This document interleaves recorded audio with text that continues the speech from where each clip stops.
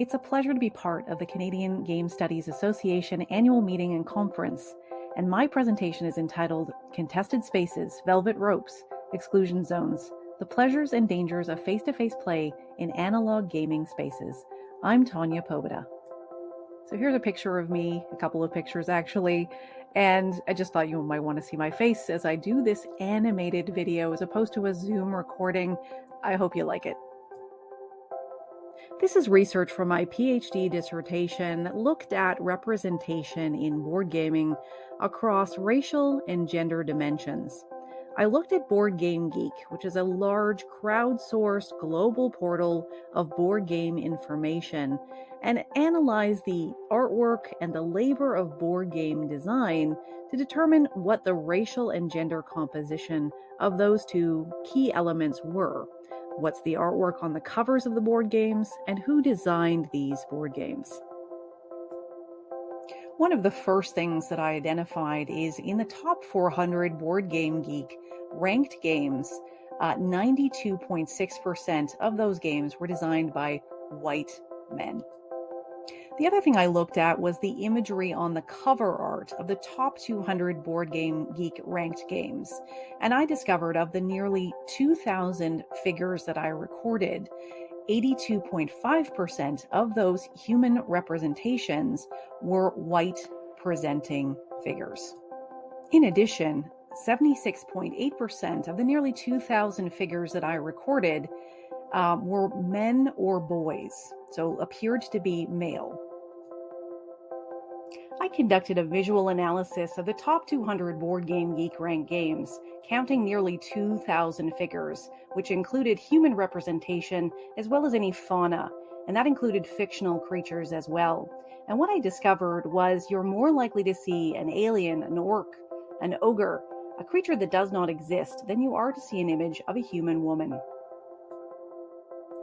So looking at the labor of board game design and the artwork of board games in that top ranked 200 Board Game Geek ranked games was kind of an empirical level set to say, okay, what is the state of representation in board gaming?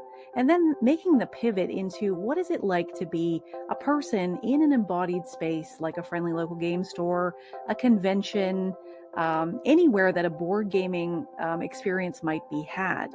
What is it like? And I got a lot of comments from survey participants that sounded like this one. This one says, our local board game convention is whiter than Wonder Bread, and the game designer club I attend has an all-male attendance 95% of the time. I'll drill a little bit more deeply into the online survey methodology in a moment, but this was a top-line finding. One of the questions posed the statement, the board gaming industry is dominated by white men. Now, I've been doing market research studies for a very long time using Likert scales, and it's pretty rare to see this level of passion. 61.9% strongly agreed with that statement, and 27.7% agreed, leaving a total of 89.6% that is strongly agreed or agreed, a high level of passion with this statement. I conducted a survey in late 2020 of 320 avid board game participants who board game on a self-reported basis 70.7% of the time, at least once a week. And these avid board gamers weighed in on issues of representation. What was also really interesting about the participants of my PhD dissertation survey is many of them, the majority of my sample, had been board gaming for over 11 years or more. What was also really great about my PhD dissertation survey is I intentionally recruited for diversity of my sample, and I wanted to make sure I was hearing from the voices of women, LGBTQ+, non-binary participants, trans women, trans men, agender individuals. I wanted a diversity of gender identities as well as racial identities to fill out the survey.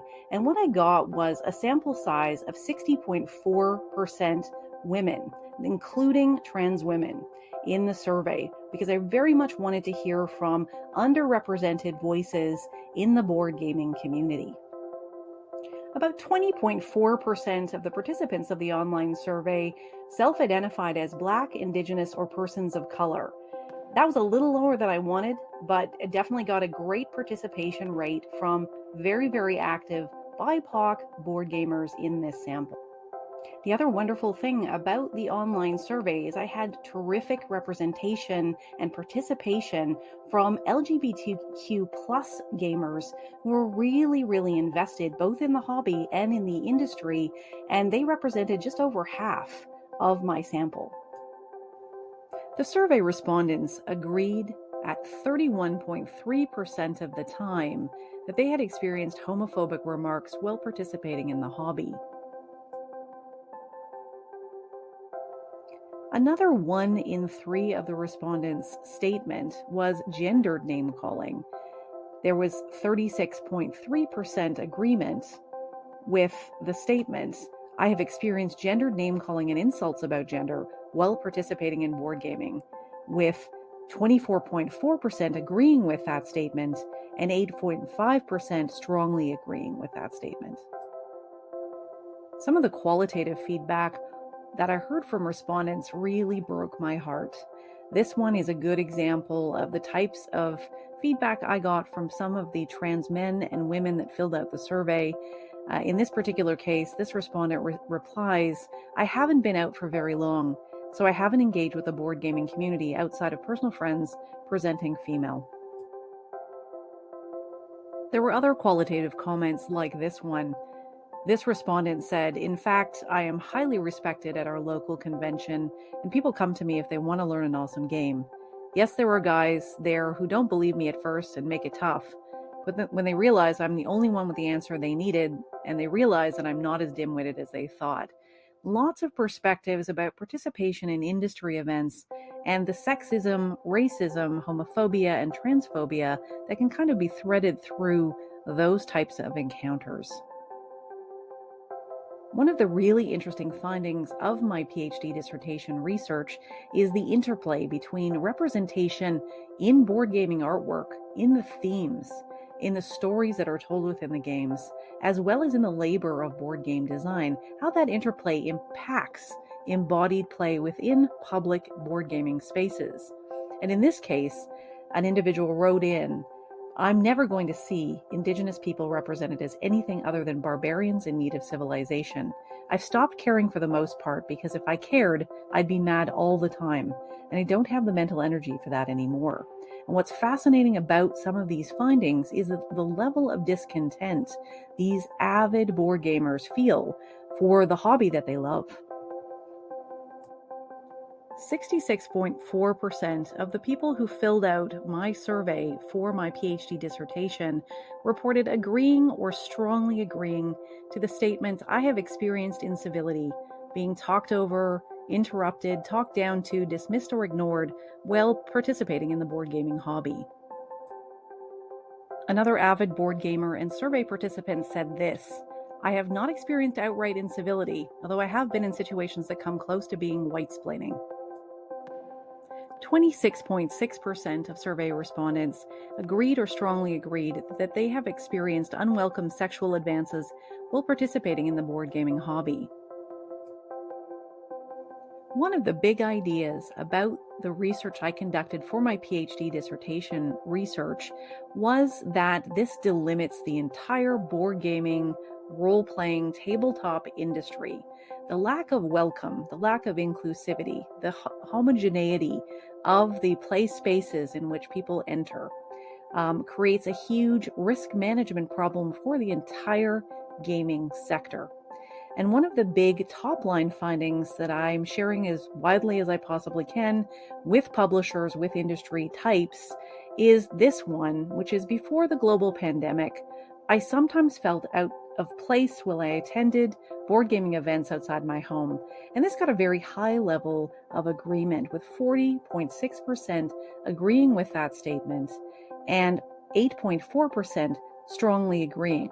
This is a pool of very avid board gamers, not people who left the hobby because they didn't like what they saw. And this is a real alarm bell as a market researcher myself, looking at this level of discontent with the play experiences encountered within board gaming, within the board gaming hobby, is a huge delimiting factor for the growth of the overall market and stultifies and stunts the hobby itself. So this is a big finding, and something that I'm sharing with publishers, game industry professionals as widely as I can, because it is a real alarm bell for the industry. All of these stories and perspectives shared through my online survey and qualitative interviews with avid board gamers gave me significant pause. Board gaming, all gaming, is meant to be an escape, a respite from the everyday.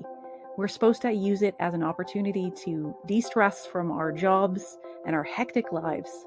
But not everyone has the same experience in board gaming as a respite, a break, a little island of calm and welcome in our very hectic lives. And one of the things that I've taken away from some of this research, as I did when I was working in public health, is these behaviors have real physical and mental impacts on those that experience them. It raises blood pressure, it creates issues for your long-term health. And that's why it's so important to have inclusive, welcoming spaces. I'm going to land here on the quote by A.A. George, a writer I admire, who talked about how, for many of us, this is a quote, gaming is not simply a hobby, but a home. Let's make it both inclusive and diverse. And that's what our work is all about. My thanks to the organizers of the Canadian Game Studies Association annual conference. Thank you so much for your hard work in pulling this together. Thank you for listening to this. I'm Tanya Pobeda. I am reachable on Twitter at Pobeda Tanya, and at my website at tanyapobeda.phd.com. Thank you so much for listening. I really appreciated this opportunity, and I'm looking forward to the rest of the conference.